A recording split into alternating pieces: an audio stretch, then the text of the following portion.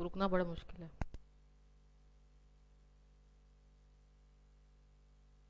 Hello. इससे धीरे नहीं बोल पाऊंगी।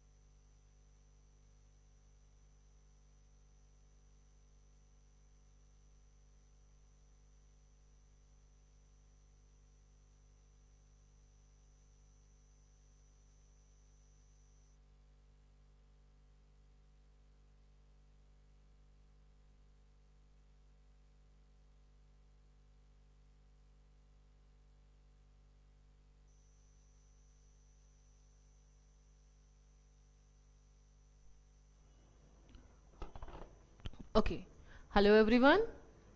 So now we are going to start part A of governance. The weightage of this part is 50 marks, and in this what we have to focus the basics of governance. You will learn the real basics, the what are the important things in governance, what actually governance is all about. We have taken glimpse of all such things in the previous classes as well. हमने introduction में भी उसके बारे में जाना था, but अभी हम जो जानेंगे वो ये सीखेंगे कि गवर्नेंस एक्चुअली स्टार्ट कहाँ से हुआ, इसका एवोल्यूशन कहाँ से हुआ, एंड किस किस तरीके से हमें इसको समझना है. तो as all of you can see, हमें इसमें क्या क्या देखना है.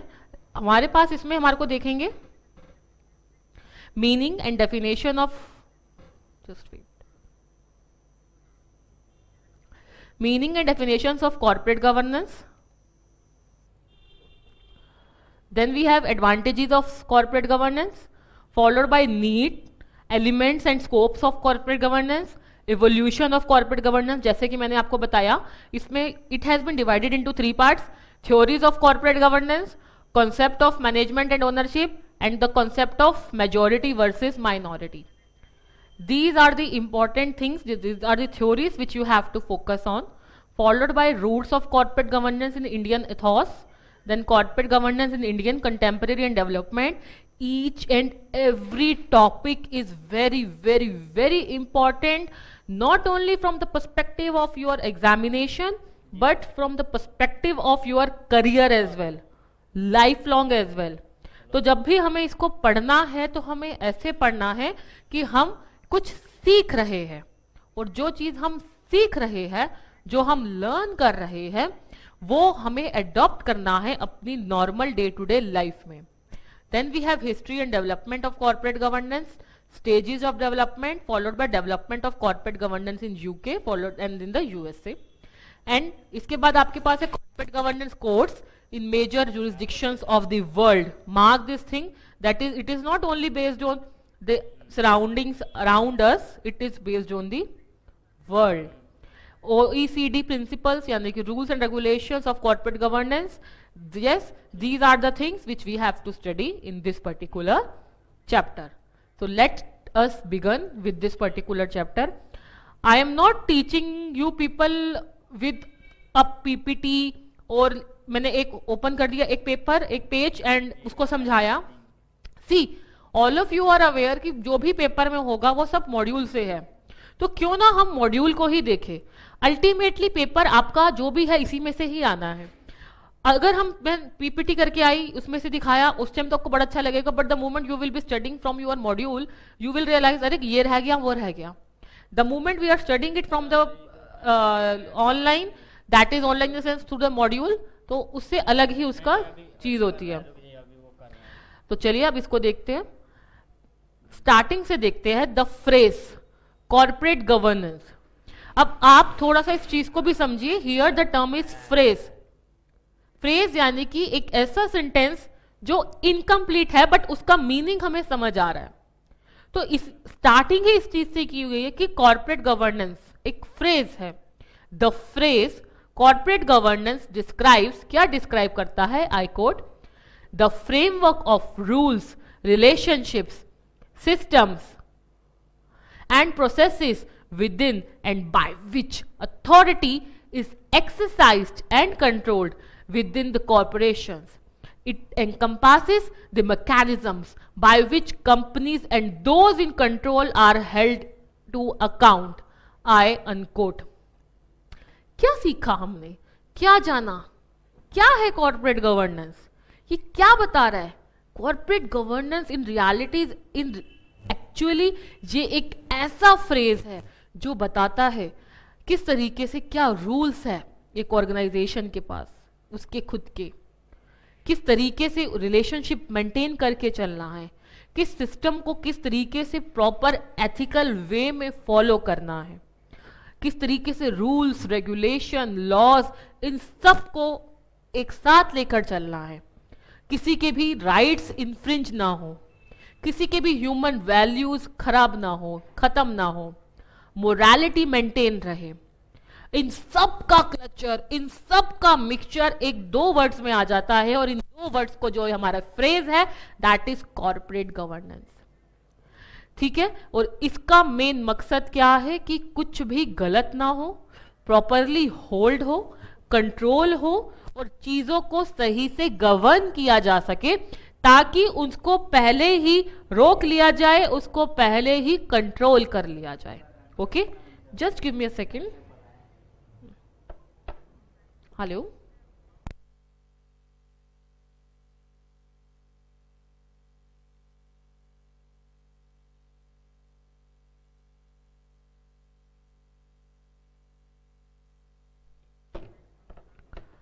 ओके, नाउ नोट्स वाला है ना। अब ये तो हो गए सिंपल टर्म्स, कॉर्पोरेट गवर्नेंस को किस तरीके से समझाया जाता है या बताया जाता है। अब हम जानते हैं इसको इलेबोरेटिव फॉर्म में क्या है। Corporate governance in the broad terms used to describe, क्या डिस्क्राइब कर रहा है, the process, customs, policies, laws, institutions that direct the organisations and corporations in the way they act or administer and control their operations। यही चीज तो आपको भी बताई है।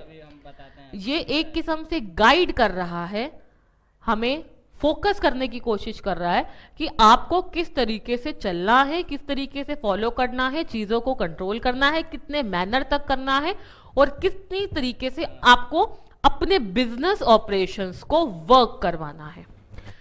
अब एक डेफिनेशन है जो कोशिश करिएगा अगर आपको अच्छे से लर्न हो जाए तो वेल एंड गुड, जो कि हमारे इंस्टीट्यूट ने यानी कि ICSI ने इशू की हुई है, वो है corporate governance is the application of best management practices, compliances of law in true letter and spirit and adherence to ethical standards for effective management and distribution of wealth and discharge of social responsibility for sustainable development of the stakeholders।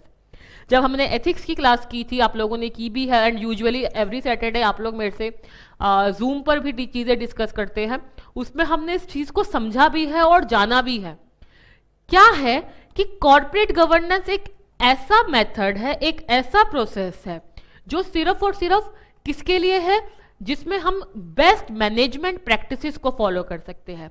अब best management practices यानी कि चीजों को किस तरह organisation में manage किया जा रहा है, उसमें से जो बेस्ट रूल्स हाउस निकल के आ रहे हैं, जिससे कि हर चीज हार्मोनियल वे में हो रहा है, एलोकेटेड वे में हो रहा है, प्रॉपरली वे में हो रहा है, इंडिविजुअली किसके पास क्या टास्क है, किसका क्या रोल है, रिस्क को मैनेज किया जा रहा है, हर काम प्रॉपरली हो रहा है with true letter and spirit, और ये देखा जा रहा है कि अफेक्टिव मैनेजमेंट हो रहा है, जिसमें distribution of wealth and discharge of social responsibility, जिसका मेन मकसद क्या है, हर ऑर्गेनाइजेशन का एक मकसद होता है, वो होता है सस्टेनेबल डेवलपमेंट। अब ये सस्टेनेबल डेवलपमेंट सिर्फ और सिर्फ ऑर्गेनाइजेशन के लिए नहीं होती, ये सस्टेनेबल डेवलपमेंट स्टेक होल्डर्स के लिए भी होती है। हर वो इंसान जिसका कंपनी में कोई ना कोई स्टेक है तो वो आपका कहलाता है स्टेक होल्डर। और हर वो इंसान जो कंपनी में किसी ना किसी तरीके से जुड़ा होता है, उसकी कुछ इच्छाएं होती है और उसकी कुछ इच्छाओं में से एक इच्छा होती है कि उसका इंटरेस्ट बना रहे, उसके साथ धोखा ना हो। और अगर उसने किसी भी तरीके से जुड़ा हुआ है तो उसको उनके साथ जुड़ने पर फायदा हो। तो ये फायदा आपका सिर्फ और सिर्फ तभी होता है जब आप क्या करते हैं, जब आप सस्टेनेबल डेवलपमेंट होती है आपकी, यानी कि कंपनी की, यानी कि ऑर्गेनाइजेशंस की, of all the stake holders. आप क्या कर रहे हैं? आप गुड कॉर्पोरेट गवर्नेंस कर रहे हैं, आप सारे रूल्स रेगुलेशन लॉस को फॉलो कर रहे हैं, आप कॉर्पोरेट गवर्नेंस कर रहे हैं, आप सारी सोशल रिस्पॉन्सिबिलिटीज को फॉलो कर रहे हैं, ये हमने डिस्कस कर ही लिया CSR में। तो ये ऑटोमेटिकली ये सारा क्लचर मिलकर क्या बनाता है? ये पूरा क्लचर मिलकर एक कॉर्पोरेट गवर्नेंस का एक बहुत ही इन डेप्थ मीनिंग निकाल कर देता है। तो इसमें कुछ वर्ड्स है जो आपको लर्न करने हैं। लर्न इन द सेंस आपको बाय हार्ट उनका पता होना चाहिए। तो वो क्या क्या है? They are actually the application of best management practices, compliances of law in rule and rules in true letter and spirit, और क्या है? ethical standards को फॉलो करना, सब कुछ एथिकली करना, अनएथिकली कुछ भी नहीं होना, अफेक्टिव मैनेजमेंट होना, प्रॉपरली एलोकेशन हो वेल्थ की ऑर्गेनाइजेशन की, ये ना हो कि कुछ हिंड्रेंसेस हो या फिर कुछ इनसाइडर ट्रेडिंग जैसी कोई चीज हो रही हो या कुछ भी ऐसा हो रहा हो, मनी लॉन्ड्रिंग हो रही हो, ऐसा कुछ नहीं होना। If a company is earning good, if a company is earning profit, they shall distribute their wealth in a proper manner, they shall allocate their resources in a proper manner and for sustainable development of all the stakeholders. This is what the true meaning of corporate governance issued by, given by the ICSI, that is the Institute of Company Secretaries of India. ठीक है, उसके बाद आपने एक ये देख लेंगे हम लोग, ठीक है, हम ये देखेंगे, फिर हमने देखा ये, उसके बाद आपका आता है corporate governance is what is considered, एक second, corporate governance is concerned with the way corporate entities are governed. Obviously इनका मेन मकसद क्या है? किस तरीके से एक कॉर्पोरेट एंटिटी गवर्न कर रही है, चल रही है, चला रही है, as distinct from the way business within those companies are managed. इनका मकसद सिर्फ बिजनेस करना नहीं है, गवर्नेंस का मकसद है किस तरीके से, किस proper rules regulation law compliances के थ्रू कराया जा रहा है। Corporate governance addresses the issues, ये क्या क्या एड्रेस करता है, ये क्या क्या प्रॉब्लम्स को सॉल्व करता है। कोई भी प्रॉब्लम जो बोर्ड ऑफ डायरेक्टर फेस कर रहे हैं, या कोई भी ऐसी इंटरेक्शन जो टॉप मैनेजमेंट के बीच में हो रही है, या कोई भी रिलेशनशिप हो रहा है ओनर या कुछ भी ऐसी चीज जो कि टॉप लेवल से रिलेटेड है, टॉप मैनेजमेंट से रिलेटेड है, BOD से रिलेटेड है, उन सब को क्या करता है? गवर्न करता है। कौन गवर्न करता है? Through we govern through corporate governance. और ये डेफिनेशन आपको किसने दी है? ये आपको दी है रॉबर्ट लैंड ट्रिकर ने, जिन्होंने कॉर्पोरेट गवर्नेंस को फर्स्ट टाइम इंट्रोड्यूस किया था इन 1984 में इन्होंने इंट्रोड्यूस किया था। तो अगर मैं पूछूं क्या कॉर्पोरेट गवर्नेंस एक नैरो कॉन्सेप्ट हुआ कि एक ब्रॉडर कॉन्सेप्ट हुआ? तो all of you are very familiar with this thing now. It is a broader, very broad concept. In fact इसका अगर कॉन्सेप्ट ब्रॉड है तो इट मीन्स इसका स्कोप भी आपका ब्रॉड है। It includes both social and institutional aspects. Corporate governance encourages a trustworthy, moral as well as ethical environment. In other disclosures, accountability and integrity. It is to be borne in mind that mere legislation does not ensure good governance. Law में लिखा है, अगर law में लिखा है तो इसका मतलब ये नहीं है कि वो गुड गवर्नेंस है। गुड गवर्नेंस सिर्फ और सिर्फ तभी होगा जब हम एथिकल बिजनेस प्रैक्टिसेस को करेंगे। अगर लेजिस्लेशन में नहीं भी है ना, और हम एथिकली बिजनेस प्रैक्टिसेस को we are actually following, automatically आप गुड कॉर्पोरेट गवर्नेंस को फॉलो कर रहे हो. It is not mandatory to have corporate governance in the legislature, but ethical standards and ethically behavior is mandatory for corporate governance. Remember this thing. Ethical manner is the basic essence of everything. Even though there is no laws are written over there, nothing is there in the legislature, still you are following all the laws. आप सारे law को follow कर रहे हैं, आप सारे ethics को follow कर रहे हैं, ethical standards को follow कर रहे हैं, automatically आप गुड कॉर्पोरेट गवर्नेंस को फॉलो कर रहे होते हैं. ओके,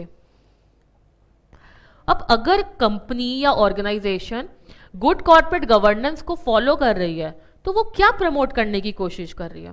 तो good corporate governance promotes investors confidence. वो इन्वेस्टर का कॉन्फिडेंस प्रमोट कर रही है, which is crucial to the ability of entities listed on stock exchanges to compete for capital. अगर कंपनी को कैपिटल रेज करना है, किसी ऑर्गेनाइजेशन को, if organization needs to raise its capital, it can only be raised by maintaining a goodwill, a good reputation in the market, right? And if an organization is getting goodwill in the market, it means the investors are readily, happily interested in the activities of the company. This is what a company needs, a sustainable development. और एक sustainable development सिर्फ और सिर्फ तभी हो सकती है जब कोई भी ऑर्गेनाइजेशन क्या कर रही है, जब कोई भी ऑर्गेनाइजेशन अपनी सस्टेनेबल डेवलपमेंट के लिए फोकस कर रही है इन्वेस्टर के इंटरेस्ट को ध्यान में रखना. और इन्वेस्टर तभी इंटरेस्टेड होता है किसी भी ऑर्गेनाइजेशन में जब वो कंपनी या जब वो ऑर्गेनाइजेशन सारे के सारे एथिकल स्टैंडर्ड्स को फॉलो कर रही है, सारे के सारे बायलॉस को फुलफिल कर रही है, कंप्लीट ट्रांसपेरेंसी मेंटेन करी हुई है, इंटीग्रिटी मेंटेन कर रखी है. तभी एक ऑर्गेनाइजेशन की सस्टेनेबिलिटी होती है किसी भी जगह में. तो इन nowadays in today's scenario what actually matters is sustainability, that in order to survive you need sustainability. You need to sustain yourself first, only then you can survive. In fact survival ही आपका तभी होगा जब आप सस्टेन रखना शुरू करोगे कि मुझे सस्टेन होना है, अदरवाइज सैचुरेशन पॉइंट हो जाएगा and after the saturation point there is declining only. So work over your development, survival and sustainability. I don't know how many of you are aware of the story of an eagle, that is the rebirth of an eagle. How hard an eagle needs to be there, how hard an eagle needs to be, what can I say, hard work it requires even to survive for the life. And the moment an eagle survives, this is what its only aim. And this is what an organizational aim right now is, survival along with the sustainable development, and it can only be conquered by the companies. सिर्फ और सिर्फ तभी कर सकती है जब वो stake holder oriented हो रही है, शेयर होल्डर ओरिएंटेड हो रही है, ऑर्गेनाइजेशन के फेवर में देख रही के तो देख ही रही है, साथ साथ प्रेफरेंसेस उनकी सोसाइटी एज अ होल है. सिर्फ profit making is not today's goal. And if you have noticed since your childhood that your childhood is your foundation or your executive, you must have seen, hardly you have seen the word profit. Though companies are there to earn profit, but their motto, their goal has been changed into the survival, that is the sustainable development. Even while writing down your answers, no need to write on the term profit. In today's scenario, the simple goal of any organization is to have the sustainable development of the organization, sustainable development of the stakeholders as well. This is what matters, and this is what the objective of an organization, and this is what your objective should be in an organization the moment you will join any company as a CS. You have to nurture the company since the basics, through the basics. बचपन से company को nurture करना है, पाल पोस कर बड़ा करते हैं ना बच्चे को जिस तरीके से, तो आप ये सोचना आप जिस कंपनी में जा रहे हो तो आपको ही उसको बड़ा करना है, फ्लरिश करना है। By following what? ethical standards. I'm using certain words again and again so that such words can be in your mind repetitively and you will not feel short of words while writing down the answers. हम लोगों के साथ issue क्या होता है paper में? We actually lack of answers, मतलब lack of words actually. हमें आंसर आता है but we are not aware कि हमें अब क्या वर्ड लिखे या सेंटेंस कैसे बनाएं। तो बार बार आपको जब कुछ नए नए वर्ड्स आपकी माइंड की वोकैबुलरी में if I am putting it down, it means automatically जब आप आंसर लिख रहे होंगे ना तो आपको याद आ जाएगा, अच्छा हाँ मैम ने ये बताया था, ये ऐसे ऐसे था, तो ओके ये हम इधर यूज कर लेंगे, तो यू हैव यूज इट। तो अभी तक जरा हम वोकैबुलरी देखते हैं, आपके आंसर की वोकैबुलरी में आपने कितने वर्ड सीख लिए। ठीक है, मॉड्यूल से ही देखते हैं अभी तक आप लोगों ने क्या क्या नहीं सीखा। ये देखो, एक सेकेंड, सी ये क्या है? मैनेजमेंट प्रैक्टिसेस है। ठीक है जी, हमने ये सीख लिया, very fine.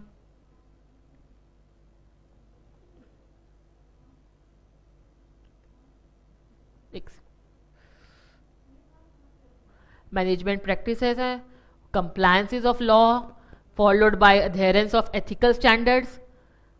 Then we have distribution of wealth, discharge of social responsibility, then sustainable development of all the stakeholders. फिर हमने क्या सीखा इसमें हमने कुछ नए वर्ड्स देखते हैं। उसमें क्या है? Management and relationship with the owners. और हमने क्या सीखा है इसमें?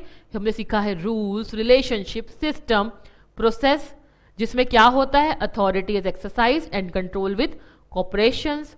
उसके बाद हमने इसमें देखे, हमने क्या सीखा? Process, customs, policies, laws, institutions, ये सारी चीजें हमने सीखी है इसमें। ऑपरेशंस, और क्या सीखा है हमने? रिलेशनशिप होता है किसके बीच में? स्टेक होल्डर के बीच में। और इसमें क्या क्या है? ऑर्गेनाइजेशन मैनेज करता है स्टेक होल्डर्स के इश्यूज से रिलेटेड, डायरेक्टर्स यानी कि board, followed by share holders. और क्या देखा है हमने? मतलब आप खुद देखो, इतने सारे आपके पास वर्ड्स आ रहे हैं। अभी तो हमने इसमें एथिकल भी पढ़ा था, अकाउंटेबिलिटी भी पढ़ा था, रिलायबिलिटी भी पढ़ा था, ट्रांसपेरेंसी भी पढ़ा था। तो if you will see, it is not about learning by heart all the things, it is about learning new words as much as you people can, and by learning all the new words you can what can I say, yeah, you can give bestest, write down bestest answers of yours. Why? Because आपकी vocabulary में lack of words नहीं, और हमें lack of words पर ध्यान नहीं देना है। ठीक है, अब आगे देखते हैं। Now this chart is also important, that is corporate governance में क्या क्या चीजें हैं। It has fairness, transparency, accountability and responsibility of an organization towards its stake holders, towards the government, towards the society, towards everyone who is associated with the organization. Automatically आपका answer खुद बनने लग जाएगा। It is to abide by all the rules, all the laws, follow all the ethical standards. Automatically आपको सोचना भी नहीं पड़ेगा आंसर लिखते टाइम, क्योंकि ये सब चीजें आपको थॉरोली कहीं ना कहीं आपके सबकॉन्शियस माइंड में वो चीजें समझ आ चुकी है और आप उसको अच्छे से उसमें बिठा चुके हैं। Okay, next we have stake holders. अब देखिए स्टेक होल्डर्स कौन कौन से होते हैं। मैंने क्या बोला था? स्टेक होल्डर हर वो इंसान होता है जो कंपनी में किसी ना किसी तरीके से जुड़ा हुआ होता है।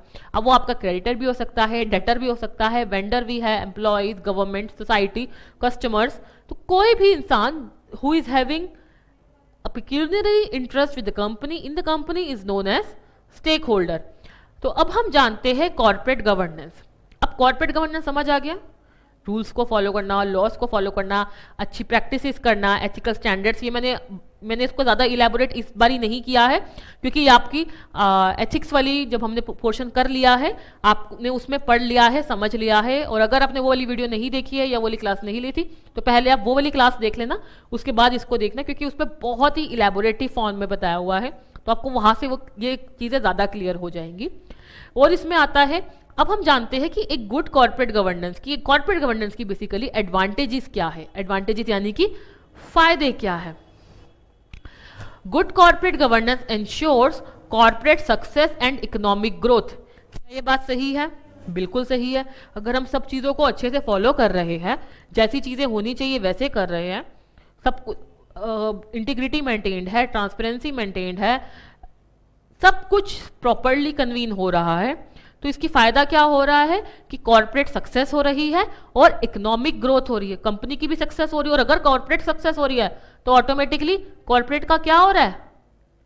Sustainable development.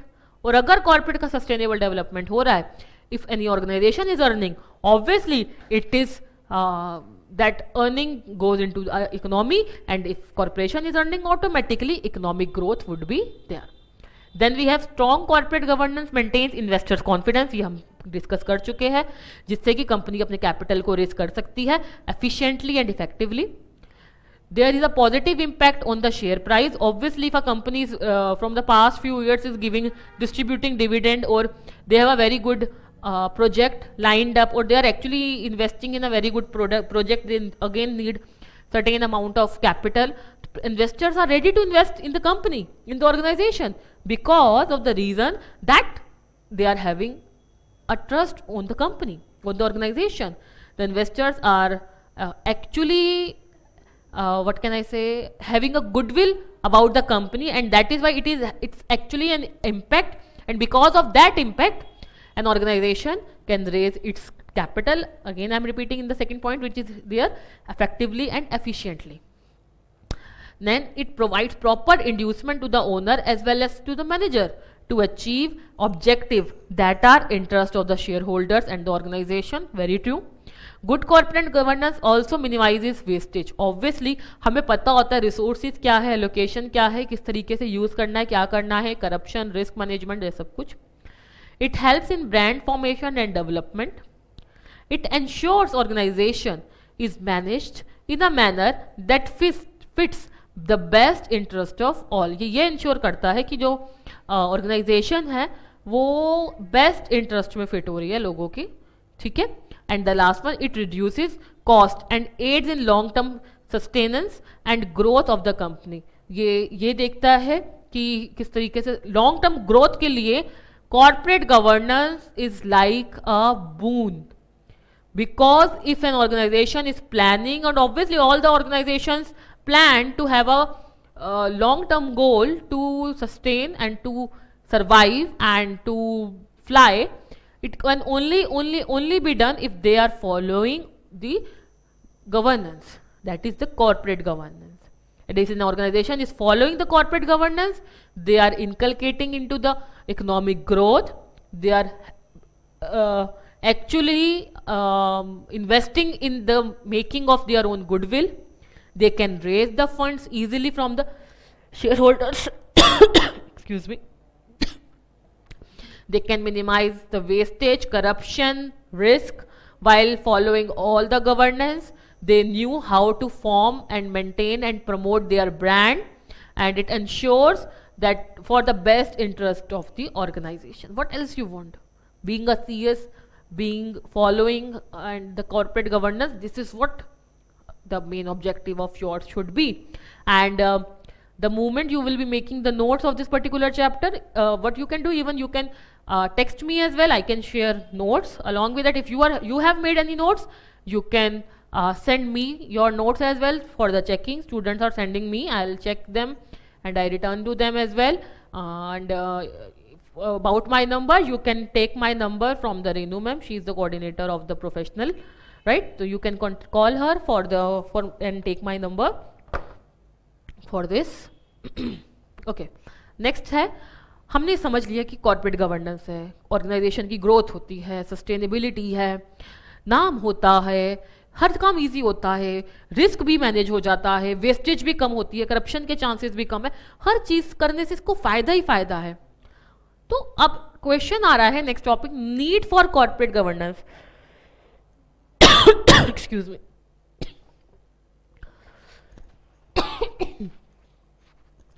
अब क्वेश्चन जो है वो ये है कि कॉर्पोरेट गवर्नेंस की जरूरत क्यों महसूस की गई है। तो आप सबको पता है, जो मैंने पॉइंट्स बोले ये वही तो पॉइंट्स है, फटाफट से देखिए, फटाफट ऊपर जो भी पॉइंट्स पड़े वो सारे के सारे वही पॉइंट्स है। एक बार मैं सिर्फ रिपीट कर रही हूं, all of you are aware of such points now.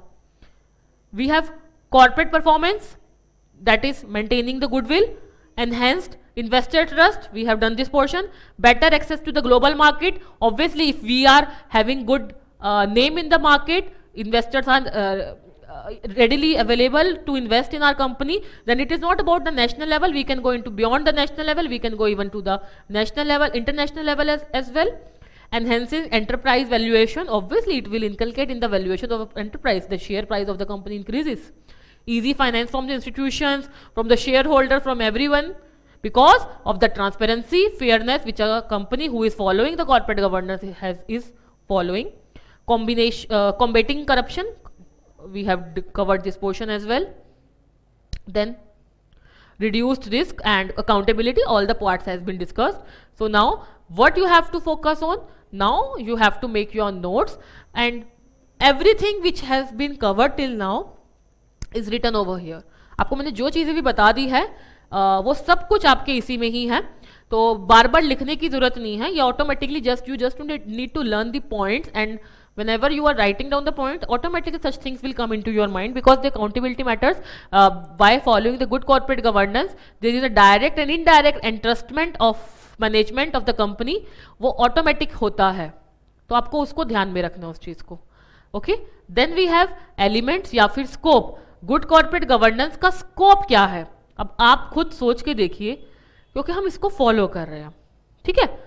तो इसका स्कोप क्या हुआ, स्कोप यानी कि किस किस तरीके से हम इसको एक्सपेंड कर सकते हैं, यानी कि किस किस तरीके से में ये यूज हो सकता है। सबसे पहला स्कोप इसका आता है role and powers of board. पता होता है बोर्ड की पावर्स क्या है, किसको कितना फॉलो करना है या क्या करना है, ये किसको पता होता है, ये सब in fact stake holders are aware कि कौन सा कुछ भी नया आया है या कुछ भी एजेंडा है या कुछ भी है, तो कौन कौन से लोग इसके पीछे इन्वॉल्व है बिकॉज ऑफ द ट्रांसपेरेंसी। तो ये एक सबसे बड़ी एडवांटेज है इन कॉर्पोरेट गवर्नेंस।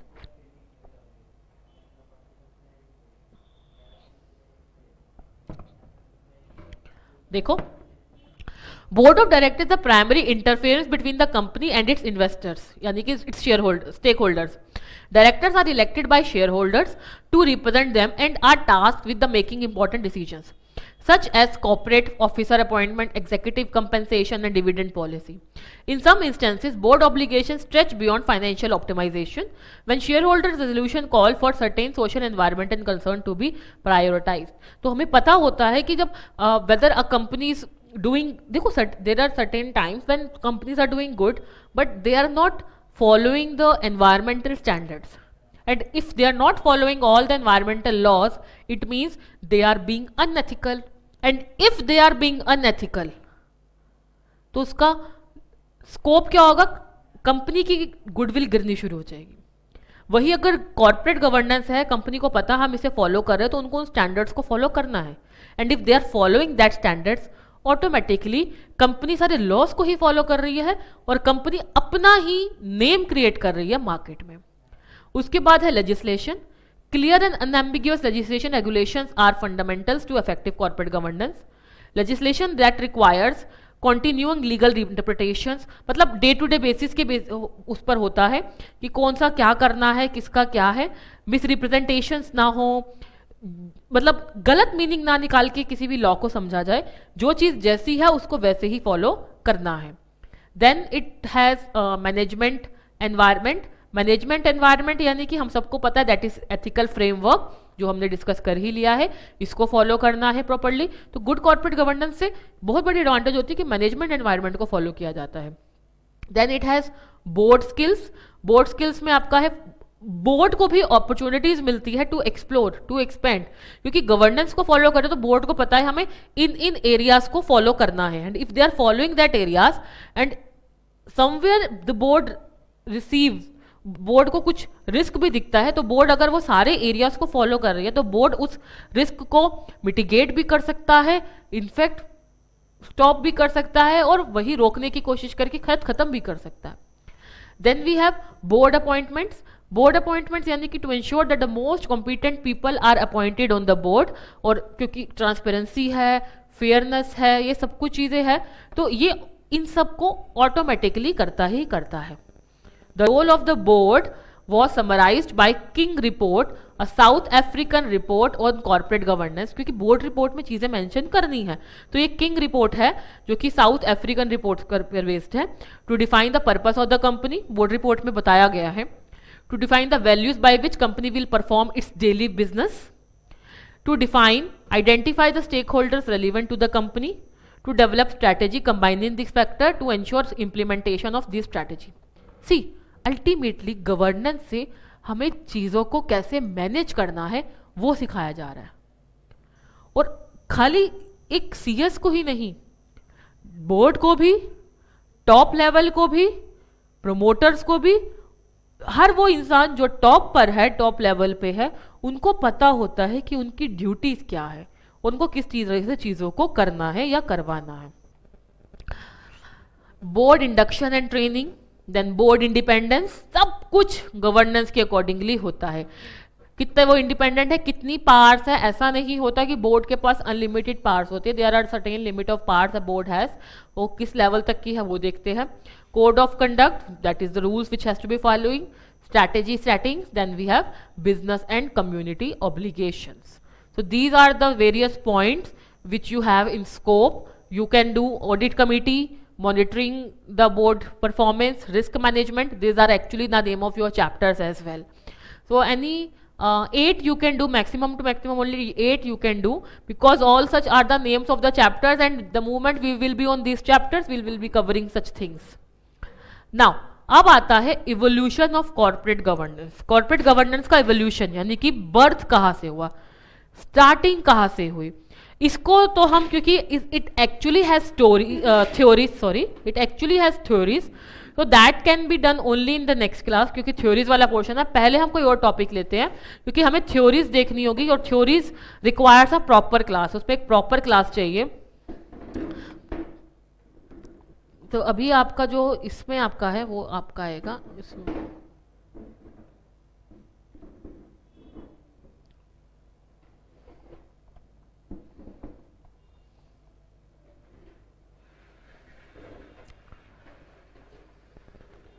क्योंकि all the topics are related with each other. Framework in US, then UK, followed by another thing. No, that only can be done in the next class. So how much time is there? No, it can't be done in this class.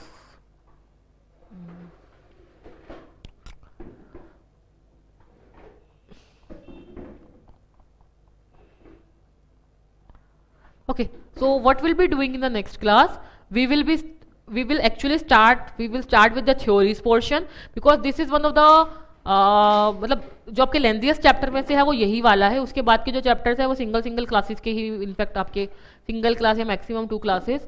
This chapter requires 3 और 4 classes. तो in the next class we will be doing the theory के बाद हम, क्योंकि अगर मैं इसको बता तो दूंगी मैनेजमेंट वर्सेस ओनरशिप, बट वो क्लियर नहीं होगा. ओनरशिप इज दैट जिसमें you are the owner, you are the मालिक, आप मालिक है, और you are the like ruler, ठीक है, मोनार्क के. And when it comes to management में चीज होता है जो मैनेज करता है, ठीक है. तो देयर इज अ डिफरेंस, क्योंकि आपको पता होगा जब जो राजा महाराजाओं के टाइम की बात है, किंग्स होते थे और उनके मंत्री होते थे. तो जो मंत्री होते थे वो पूरे राज्य को क्या करते थे, दे यूज्ड टू मैनेज, और उस पूरे राज्य का जो ओनर होता था that used to be king. तो आज की सिनारियो में इस मैनेजमेंट और ओनरशिप को किस तरीके से अलग किया जाए, तो वो चीज आपको समझनी होगी. तो इसके लिए इट रिक्वायर्स टाइम. तो yes, we will be doing this thing in next class, ठीक है. आज हमने किया है गवर्नेंस को जाना है, कॉर्पोरेट गवर्नेंस को जाना है.